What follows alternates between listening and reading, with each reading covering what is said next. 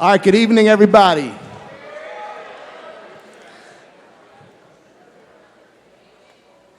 It's great to see everybody out here. I know you had to come anyway, but I still appreciate seeing everybody out here.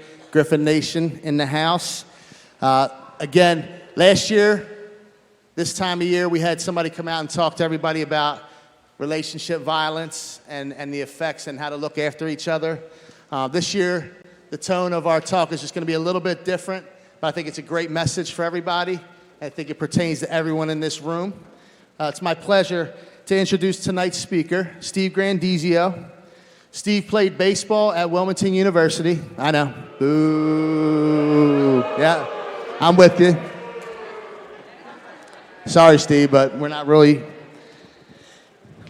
But while he was at Wilmington University, he was a four-time All-American baseball player. And after he left Wilmington, he spent some time in the minor leagues with the St. Louis Cardinals organization before he finally came home to start his career in real estate as a mortgage lender. And that while he does have a great life living with his wife of 25 years and his kid, he has two children, things have not always been easy. And so today I'm welcoming Steve to come talk to you all about the adversity that he has faced and how he handled it, and how everybody needs to look at the adversity you face and turn that into a positive so you can live a better life. So please join me in welcoming Steve Grandizio. A little something, Steve.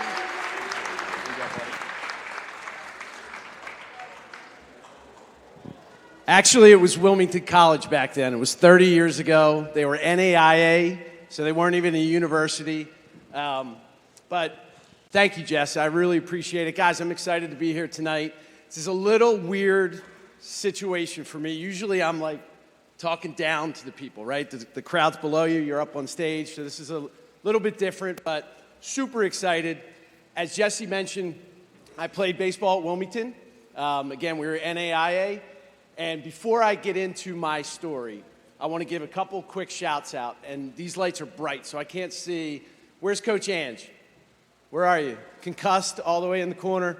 So my daughter, 14-year-old daughter, played her first year of club volleyball this past year, and her favorite coach was Coach Ange. Couple baseball players. My son played baseball against and with Richie Benino and Julian Grandelli for years. There you go.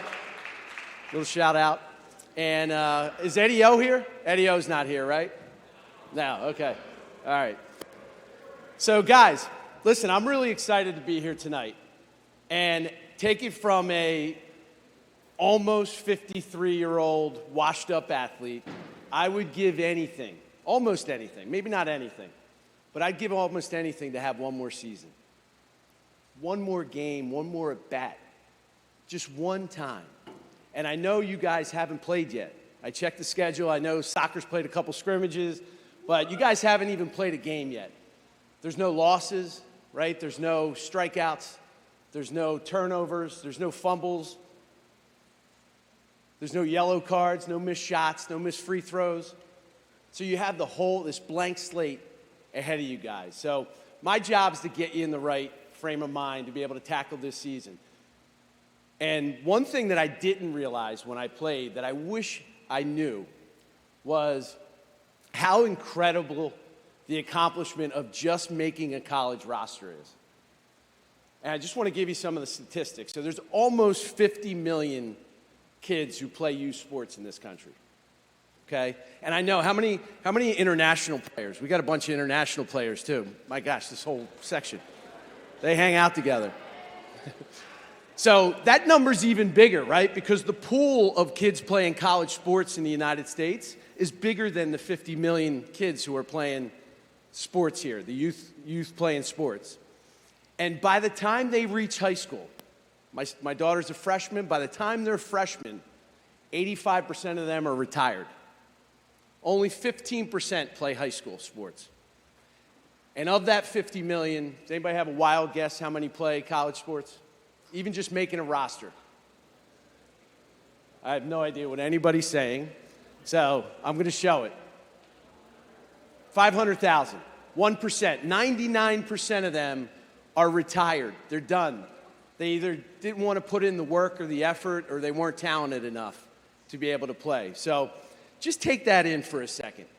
Understand what an amazing, God bless you, accomplishment that it is just to be on a roster. But I'm sure you guys don't just want to be on a roster. Nobody wants to sit the bench, right? Everybody has goals. How many people have personal and team goals? Hopefully everybody, right? Be honest. How many people have written those goals down? 42% more likely to accomplish your goals if you write them down. All right? 42%. Could you imagine a season where you walked into every single situation prepared and confident and with that winning mindset? So we're going to talk a little bit about that tonight. And before that, how many coaches? Are the coaches here? Or do they just make you guys come? A couple coaches. All right. So I'm going to tell you guys, I was hoping the coaches could be here to be able to make you guys do it. But one powerful exercise that I learned probably 10 plus years ago, I wish I knew it when I was your age, is writing a thank you note to yourself. So taking your goals, okay? The problem with goals, there's some obscure thing that happens in the future, right? It's hard to get your head around exactly what happens, but if you take yourself out of the present, writing future goals, and you go past your season, so the fall athletes go to December, winter athletes go to April, spring athletes go to June, and write yourself a thank you note for the season that you just had. Include every single goal that you already did them. You already achieved every single one of them, and make it descriptive. It's not just, Richie, I'm gonna single you out. It's not, hey, Richie, congratulations on hitting all your goals. Yours truly, Richie. Like, that's not the note, right? You want to make it extremely descriptive. Yeah, great job. It's amazing that you worked as hard as you did. You became one of the top pitchers. You became a leader on the team. Make it descriptive. Talk about how it made you feel walking into a party, how it made you feel walking into school when you're the man or you're the woman who hammered your goals. Walking into practice, how much more confident you are. I'm telling you, for those who spend 30 minutes tuning out everything else and doing that exercise, it will be an absolutely powerful experience. And I guarantee you, you'll go back and you'll read that and you go, holy, you know what? I hit a lot of those goals. I've been doing it, again, for the last 10 years. It'll be something that you do for your whole college career and something you do continue through life. So, speaking about powerful words, I'm going to read an excerpt from this. Don has me staying in this circle. I would usually be all over the place, but I got to stay, I guess, where the camera is. I'm going to read an excerpt from this scrapbook that I received 19 summers ago. Actually, exactly 19 Augusts ago. And after I'm done reading, very short, I'm going to tell you a little bit about the young author who wrote it. It's entitled, Always Remember.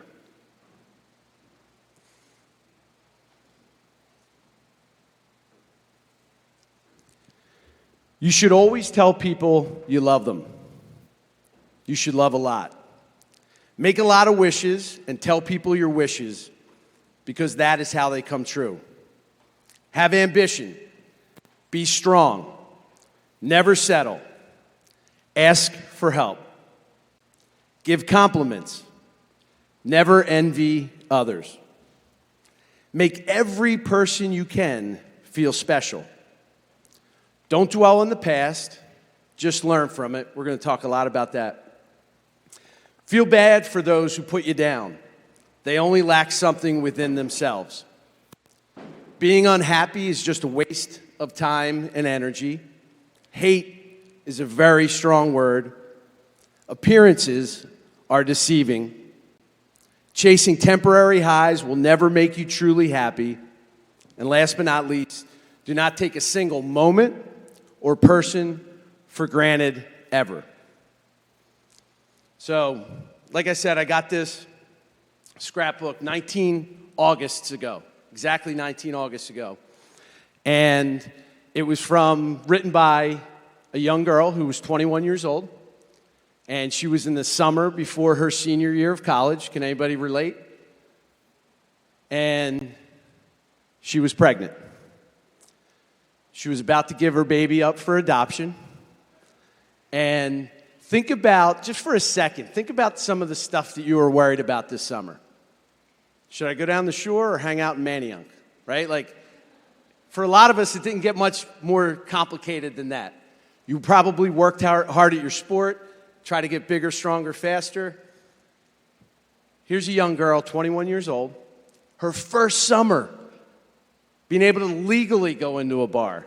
She didn't have to go to JJ's or, I know all about it. So she could legally go to a bar. All her friends are hanging out. They're going to parties. She can't go to the beach. She's not throwing on a bathing suit and going to the beach. And yet, she didn't have this, it's the worst mentality. She could have been saying, man, this is the worst. This is supposed to be an amazing summer. And I can't even hang out with my friends. My friends are all going down to the shore this weekend. I can't go out with them. Instead of saying those things, she decided to turn that negative into an incredible positive and create this scrapbook to give to her birth child's new adoptive parents and to him, for him to someday read. And it's amazing some of the things that are in there. There's powerful quotes by Martin Luther King and Mother Teresa and Gandhi and all these incredible poems that she wrote. And she spent that time to turn this adversity into something beautiful and something positive that would live way longer than that summer before her senior year. So that woman who gave us that, who wrote that, was our son's birth mother. We got this scrapbook from the social worker from Catholic Social Services, Emily, back on August 17, 2005. And she gave us this thing, and we've had it ever since. So an amazing thing that she was able to deliver to us. 4.5 years later, we adopted our daughter that Coach Ange coached, who is a freshman at Mary Mercy. Any Golden Bears out there? No? Mary Mercy? No. So she's a freshman at Mary Mercy. And talk about perspective. I'm going to give you a little perspective here. Her birth mom was just shy of her 16th birthday and had a 16-month-old son at home already. Reason we got her was because she wanted her baby girl to have a big brother. So us getting Marshall and getting that gift from her was what was able to give us Emmy. But just think about that. Think about a young girl, who's not even 16 and has a 1.5-year son at home. Amazing. And listen, we all use the term, it's the worst. I'm guilty of it. How many people every once in a while throw around the term it's the worst for kind of trivial crap? Anybody take the Schuylkill recently? It's the worst, right? It's the worst. Anybody drive on Lincoln Drive in the rain? It's the worst, right? How about our coach, if we lost the game on the road, I don't care if it was 4 hours away, if we lost the second game of a doubleheader or a single game, that bus ride home was quiet. You guys have that rule? Anybody? It's the worst, man. That is the worst ride home. We would win second games of doubleheaders, even if we got smoked in the first one, just so we can have fun on the ride home. So, listen, there's a lot of things that are actually the worst that'll come across, okay? But you have to put things in perspective, and you have to know that there's always people going through way worse than some of the things that we call the worst. We're going to talk a little bit about those things. So, adopting a winning mindset. Any Birds fans out there? Who we got? Okay, all right. Wow, that was...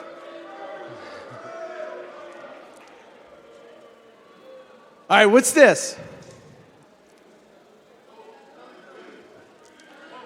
Philly special, right?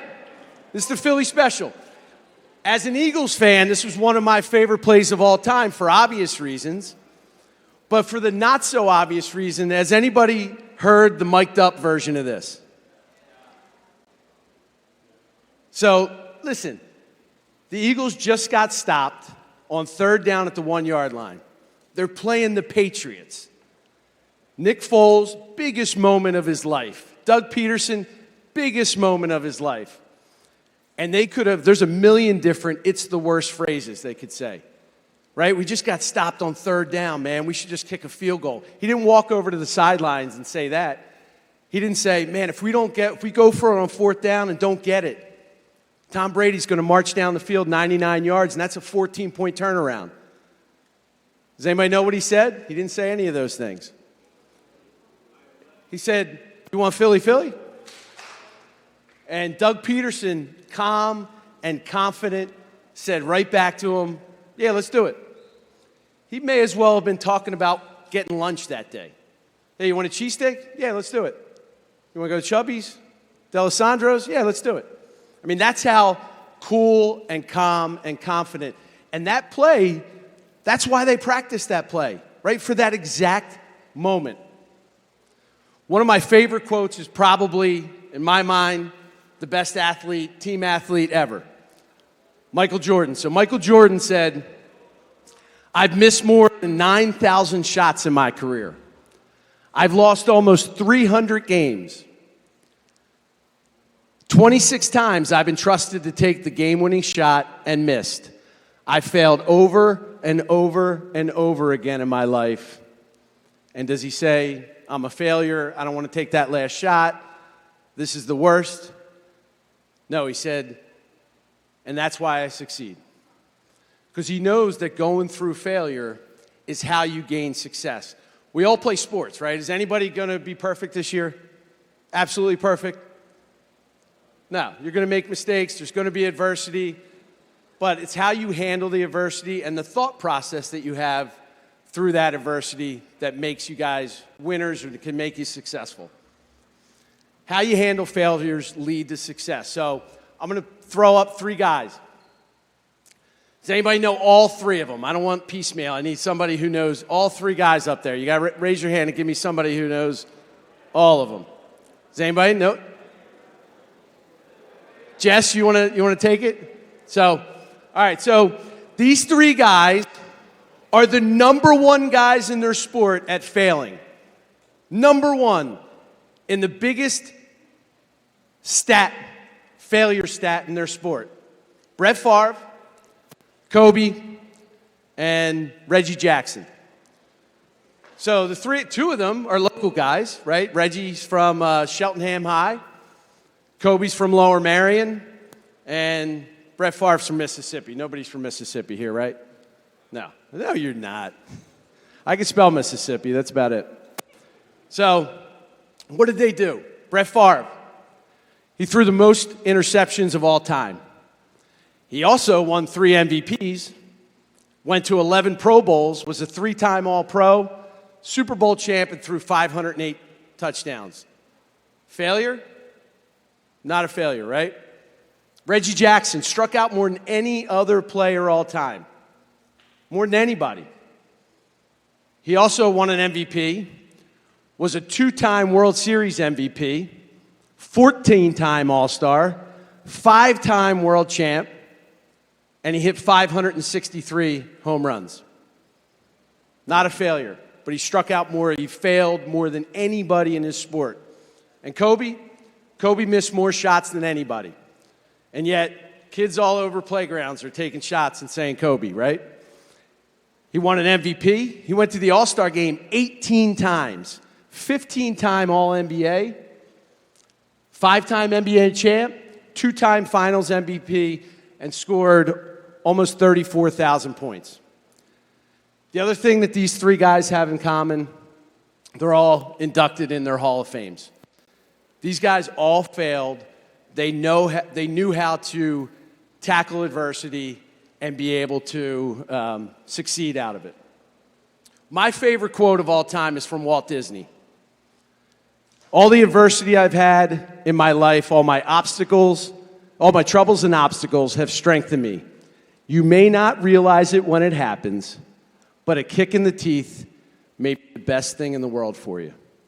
Here's one of the most successful people of all time, and he understood that a kick in the teeth may be the best thing in the world for you. So I was fortunate enough to have my first kick in the teeth at an early age. I was the youngest of 5. I grew up in Delco. Any Delco guys here, women? Yeah, 1? Wow. All right, 2. Okay, there you go. So I was the youngest of 5. I grew up, I thought my name was Rosemary, Richard, Tony, Diane, Stephen, whatever the hell your name is. That's what my mom would call me. Rosemary, Richard, Tony, Diane, Stephen, whatever the hell your name is. And my dad was a bad gambler. He grew up in Southwest Philly, went to Bartram High, dropped out at 16, and got into gambling shortly thereafter.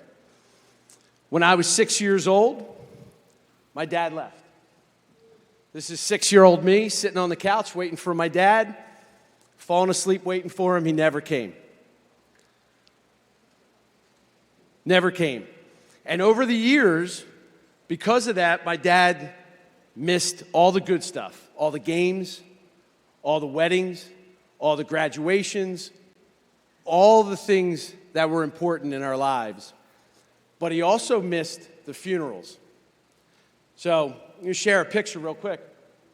This is my dad and his family. It's hard to see from back there. But in January of 2017, my dad's last sibling passed away. His last sibling. I picked up my mom. I went to the funeral. My Aunt Rosie, she's here. I think I have an arrow. She's right there. I went to her funeral.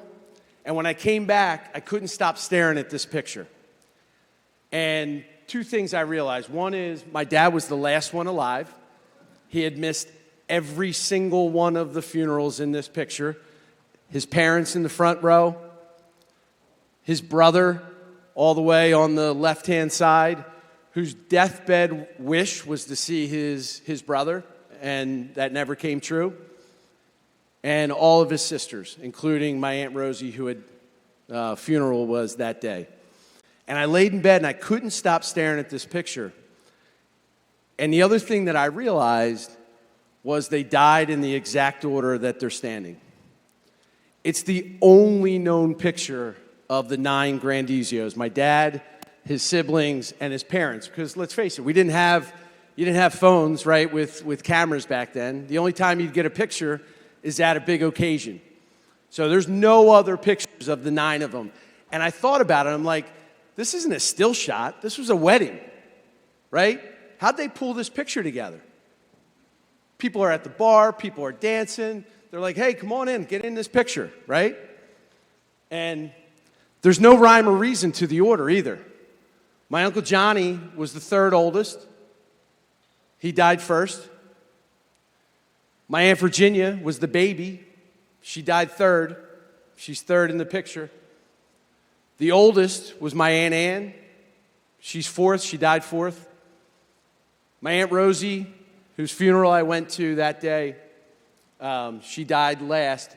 And then the black sheep, my dad, who had been gone for years and years and years, outrunning the law, spent time in jail. And for about 30 years at that point, he was living in Vegas. Makes sense, right? He was living close to his one true love of gambling. And it hit me. I remember laying in bed that day, and my wife came up the stairs, and I was just staring at this picture, and she said, "Are you okay?" And I said, you're going to think I'm crazy, but I think I want to go to Vegas, and I think I want to see my dad. So I was the youngest. I had siblings who had some contact with my dad back and forth. I talked to him twice when I was 19, and that was it. I hadn't talked to him since. I was 2017. I was 45. So on Valentine's Day, February 14, 2017, I hopped the plane to Vegas, and I went and saw my dad for the first time in 39 years. And I didn't go out there. I could spend a lot of time just on this trip. I was there for 2 days. I didn't go out there to find answers. I didn't get out there to be vindictive. I just wanted to, I know I needed to see him and kind of for my own edification, for my own benefit, I needed to go out there. And for my siblings who hadn't seen him in years too. So I went out, kind of a funny story. I'm not going to share a lot of the stories out there, but a funny story. So I go there, I meet him. He's 85 years old. He's got a walker. He lives in a one-bedroom apartment, kind of loner by himself. When you lead a super selfish life for years and years and years, unfortunately, end of life is pretty lonely. So he's by himself in this one bedroom, and he's got a walker. I said, "Come on, let's go to lunch." So we go. We're out in the parking lot, and sedan pulls up. I say hi. The guy says, "Hey, Steve." I said, "Hi, Johnny." He pops open the trunk. I put his walker in the back of the trunk, close the trunk, help him in the car, get in the other side, doors close, and we go off. He leans over to me and he goes, "Steven, where did you have this driver?" He had no idea what Uber was. Here's this guy probably thinking, "Oh man, cha-ching, my son's got some dough. He's got a driver in Vegas. We're going to hit some poker tournament tonight and win it big." So that was probably the coolest story out there. But the lesson that I learned was from my stepfather. My mom got married when I was 8, and he's the guy who was at my games. He was the guy at my graduation. He was the guy at the weddings and everything else. So you think when I came to him and told him I was going to see my dad, there may be an ounce of jealousy, right? An ounce of hurt of, why do you really need to go out there? And he gave me an amazing lesson as an adoptive dad, because I may be faced with that same situation where my kids want to go find their parents. And I said, "Listen, do you have any advice for me?"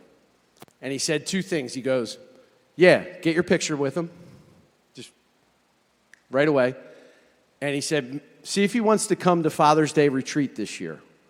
As a family, with my stepfather and all the brothers, stepbrothers, brothers-in-law, all of us, we'd go to Malvern Retreat, do Kairos. So Malvern Retreat House, every Father's Day weekend, we'd go to this weekend retreat together. And here's this guy, he's never met my dad. He knows that my dad left his wife, right, and left all her kids. And he's like, "Yeah, see if he'll come to retreat this year." Just no jealousy, no ego whatsoever, and an amazing lesson on perspective and mindset. So I did take a picture with him. That's Valentine's Day 2017.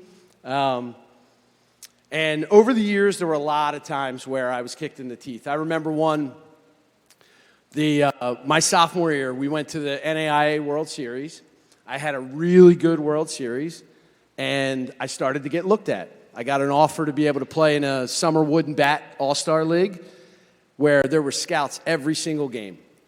I had guys on my team from Alabama, from UConn. I mean, it was legit. And then me from Wilmington. They're like, "Where's Wilmington?" Game 3 of the season, I hit a ground ball to shortstop. Shortstop comes up, makes an off-balance throw. The throw goes up the line. First baseman comes and tries to tag me. I go down and slide, and I broke my wrist. 3rd game of the season. Scouts at every single game. Here was my NAIA school, small school. Nobody came to our games. And here was my opportunity, and I break my wrist. Because of the bone I broke, I was in a full-arm cast for 2 months, all of June, all of July. I couldn't even touch my hand. It was like, that's the angle that it had. And then I was in a half-arm cast for a month, the whole month of August. So, yeah, it was tough. It was really tough. But I sulked for about a week, and then I said, here's my opportunity to get my legs stronger, to get faster, to work on my right hand, to throw, to do, for baseball guys, work on my top hand hitting. And my junior year, I had a monster year. I was 2nd team All-American, had a super great year. So, I turned that negative into a positive. But none of the kicks in the teeth, and you guys all have your stories of kicks in the teeth, none of them were worse than 6 summers ago. Summer of 2018, I was at that retreat that I talked about. I'll give you a picture right here. I was a 6 a.m. gym goer. I was in pretty good shape. I was about 6'3", 235. I worked out every day at 6 o'clock. Father's Day weekend, I'm at retreat. It's like 90, it's a day like today, super hot day, and I was goosebumped. I had goosebumps everywhere. I told everybody I was going to go to bed early. I took some ibuprofen, went to bed, went under the covers, woke up drenched in sweat. Next day, wasn't feeling well again. I was just kind of run down, same thing. I started, as the day went on, got goosebumps. That went on for 33 consecutive days. 33 days of fevers, headaches, loss of appetite, and extreme fatigue. I went to 4 different doctors, had my blood drawn twice. Nobody could figure out what the heck was wrong with it. You could boo again. I went to Jefferson. They couldn't figure it out. I know another conference team. Finally, on day 34, I had 103.5 fever. Anybody have 103.5 fever as an adult is a ridiculously high fever. And I finally said, you know what? I'm going to the emergency room. And up until that point, I didn't think of it wasn't emergent. I didn't want to go clog up the emergency room. I wasn't a gunshot wound or a car accident. I just wasn't feeling well. So finally, I gave up and I went to the emergency room. They admitted me right away. They weighed me. At that point, I was 20 pounds lighter than that picture, just in that period of time, in about a month. And they started running blood tests. Next day, I get a knock on the door. They tell me I have bacteria in my blood. And they said, listen, we're going to start you on IV antibiotics. You should feel good in like 2 days. They were 100% right. 2 days later, no more headaches.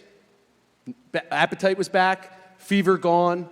I'm like, all right, get me out of here. So that's when they said, listen, we got to run tests on your head and your brain because when you get bacteria in your bloodstream, those are the 2 places it can go. So they start running a battery of tests over the next 10 days. And one of them they did twice. It's called a transesophageal echocardiogram. It's basically a camera down your throat to be able to take a look at your heart. And the second time, I was feeling great when I went in for this test.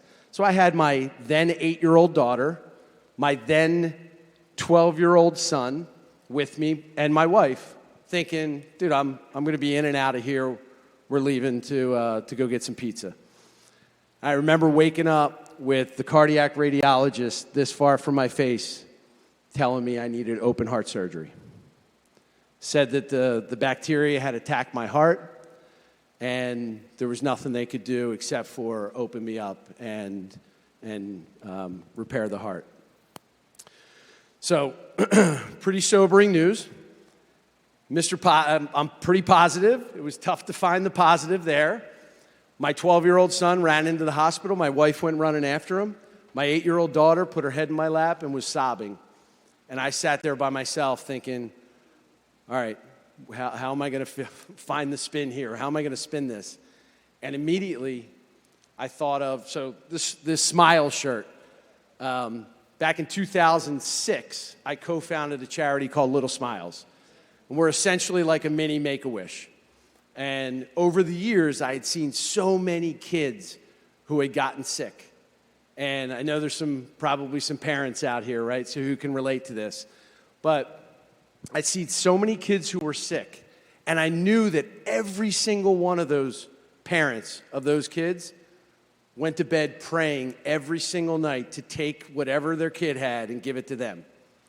So immediately I said, better me than my kids, man. I'm the lucky guy. I don't have to go to bed tonight praying to take it from Marshall or take it from Emmy.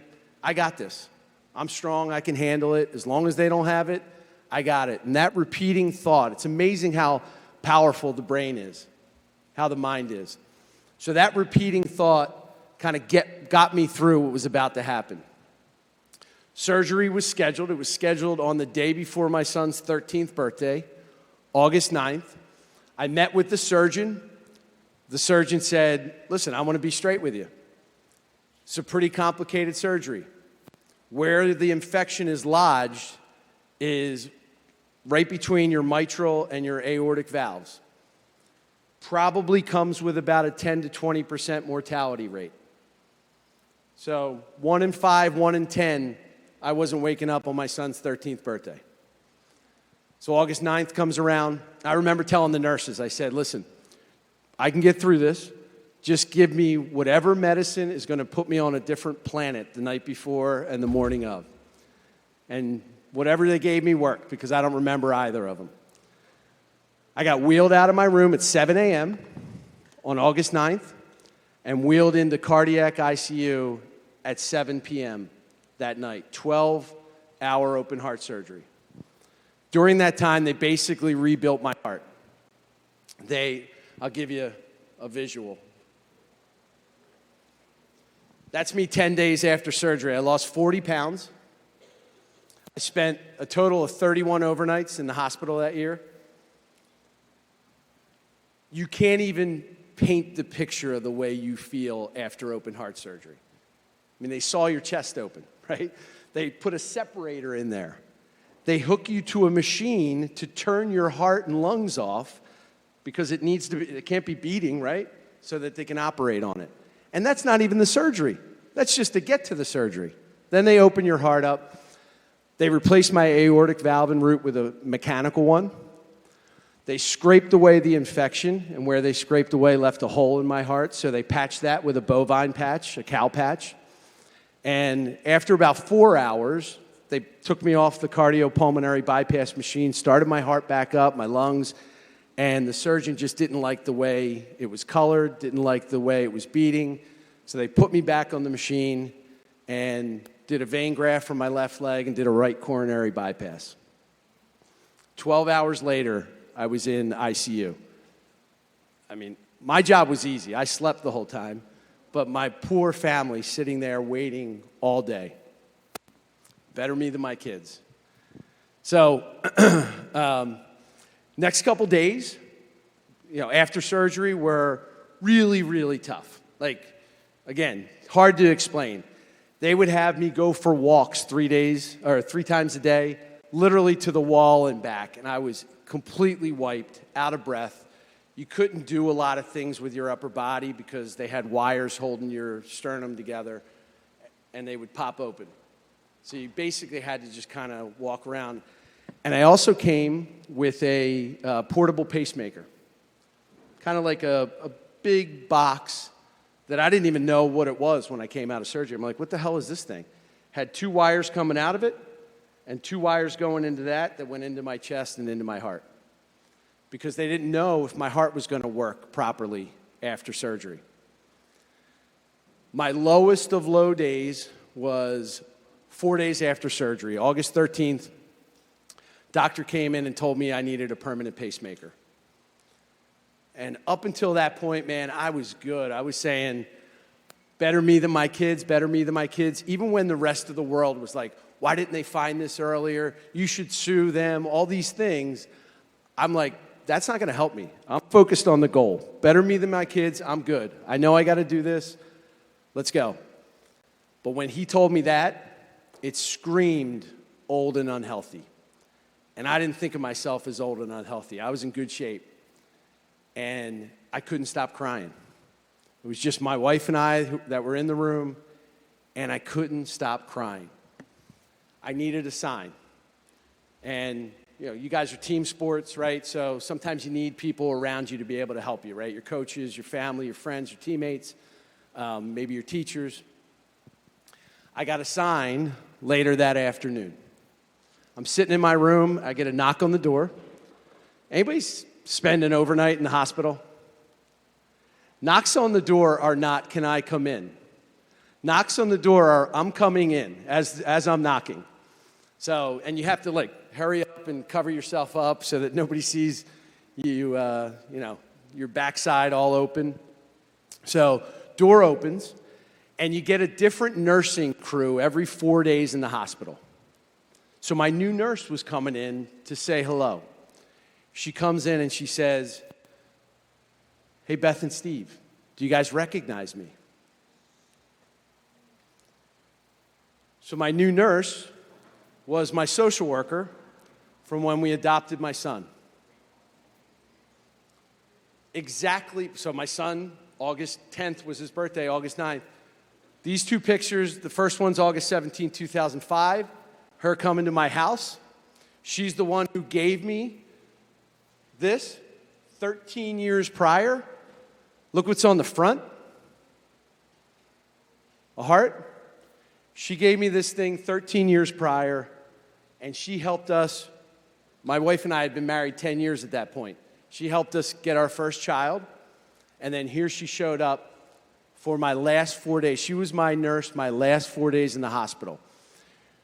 May 22nd of 2018, she graduated from Jefferson. I wasn't sick on May 22nd of 2018. I get sick, she gets hired at Jefferson, she gets hired on the cardiac floor, I have open heart surgery, she's my nurse my last 4 days in the hospital. August 14th, 15th, 16th, 17th.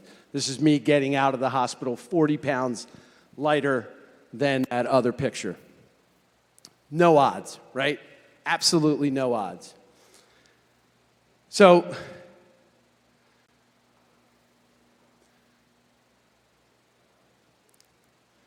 whether it's the season, whether it's in classrooms, whether it's on the field or the court, life's going to kick you in the teeth, right? And it's how we approach those times and leverage some of the people around us to be able to help us get through those times. But having that better me than my kids type mentality is going to help you get through that adversity. You guys have your entire season ahead of you. Some of you have your entire career ahead of you. Take advantage of it, man. Don't squander it. Again, imagine a season where you didn't squander any opportunities. Write down your goals. If you haven't done it already, write down your goals. Write a letter to yourself. Take it seriously. I was 18, 19, 20, 21, 22 at some point. And, you know, a lot of stuff you don't take seriously. It's only going to help you. If you take it seriously and you write that letter, I'm telling you, it'll be powerful. And I'm going to end on one thing. The last words from my son's birth mom is don't take a single moment or person for granted in life ever. Thank you, guys. Follow me.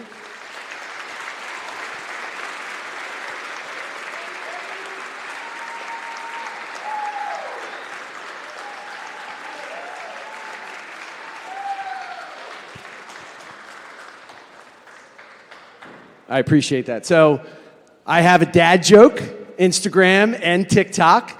When my daughter was in 6th, 7th, and 8th grade, I put a dad joke in her lunch every single day, and her reaction was eye roll. She rolled her eyes. So I roll shop, irollshop.com. We sell merchandise, dad joke merchandise, and we give proceeds back to the National Adoption Council so that other kids can have dad jokes in their lives. There's my personal Instagram and Little Smiles PA, the charity that I co-founded back in 2006. So follow us, guys. I know you're all on social media. That would mean a lot. I appreciate it.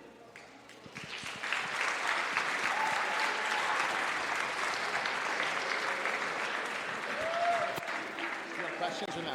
Yeah, sure. Yeah, okay. Does anyone have questions?